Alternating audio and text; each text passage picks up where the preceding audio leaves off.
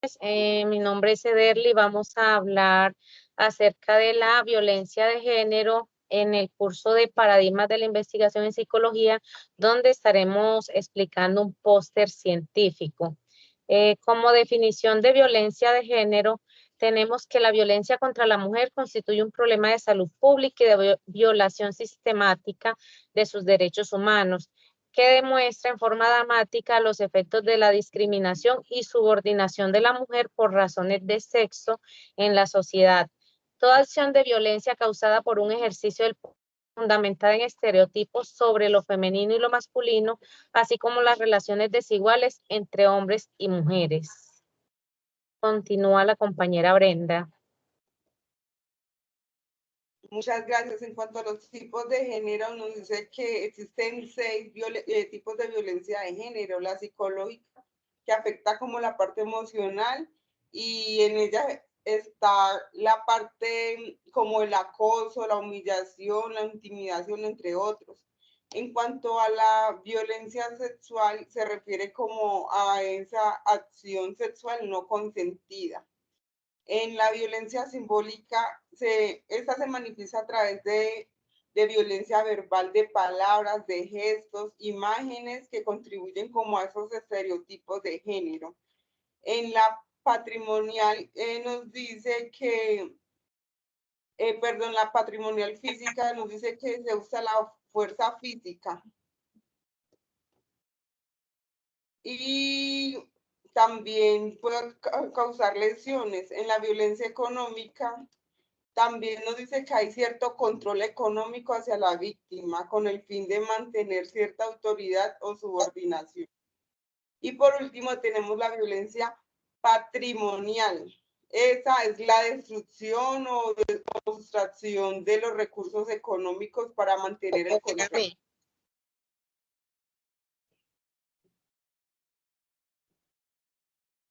Seguimos con el otro tema. Bueno, muy buenas noches, un gusto estar con ustedes. A continuación vamos a hablar sobre el paradigma de su abordaje positivista.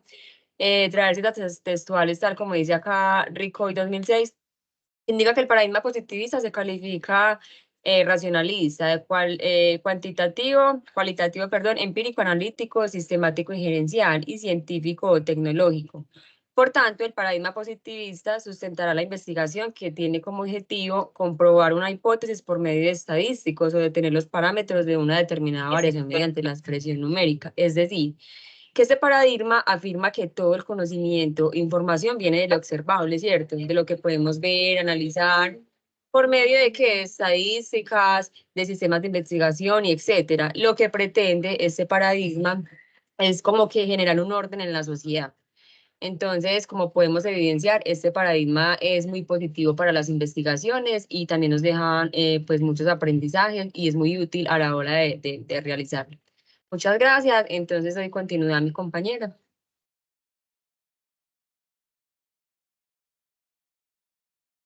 Muy buenas noches, mucho gusto, Ney Becerra, compañeras. Siguiendo la temática, importante tema que es la salud pública y violencia de género, hablemos de los referentes teóricos. Es una problemática que se ha presentado por décadas, solamente que ahora es que están como enfocados en este tema. La violencia de género ha significado y ha destacado varios problemas teóricos. Asimismo, la Organización Mundial de la Salud ha hecho un crucial trabajo, investigación y publicaciones donde proponen estrategias para abordar este flagelo de la violencia de género como una emergencia, ya que afecta a la salud pública. Asimismo, también estos referentes teóricos han hablado como Janssen en el 2020, han explorado la interacción entre la violencia de género y su impacto ha sido a nivel mundial porque ha afectado la salud mental de la violencia de género. Se necesita una salud pública para contrarrestar este flagelo que es demasiado proyectante en Colombia. Asimismo, se promueven tanto la prevención como la intervención. En ese orden de idea, asimismo, García Moreno, para el año 2019, aportó una evidencia empíricas, las cuales hablaba sobre la eficacia de la salud pública en reducción de la violencia de género. entre parejas y consecuencias a largo plazo que deterioran la salud mental de cada una de estas mujeres, resaltando la importancia de intervenir. Asimismo, un servicio de apoyo y prevención para mitigar estos efectos que realmente son perjudiciales. Muchas gracias. Continúe la compañera. Muchas gracias, compañeros. En cuanto al rol del psicólogo, es importante porque permite reconocer y analizar el tipo de violencia de género, sus causas y consecuencias.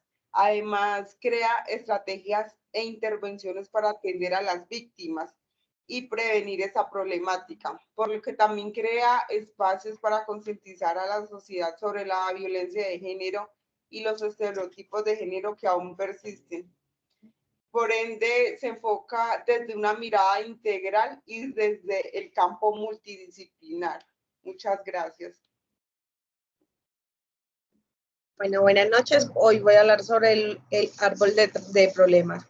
En ese podemos encontrar que como efectos se encuentran los problemas física, mental y sexual. También encontramos lo que son abusos del alcohol, sustancias psicoactivas, las consecuencias mortales como el homicidio, el suicidio, ocasiones de embarazos no deseados, abortos provocados, problemas ginecólogos e infecciones de transmisiones sexuales. Como problema principal está la salud pública, que es la violencia de género.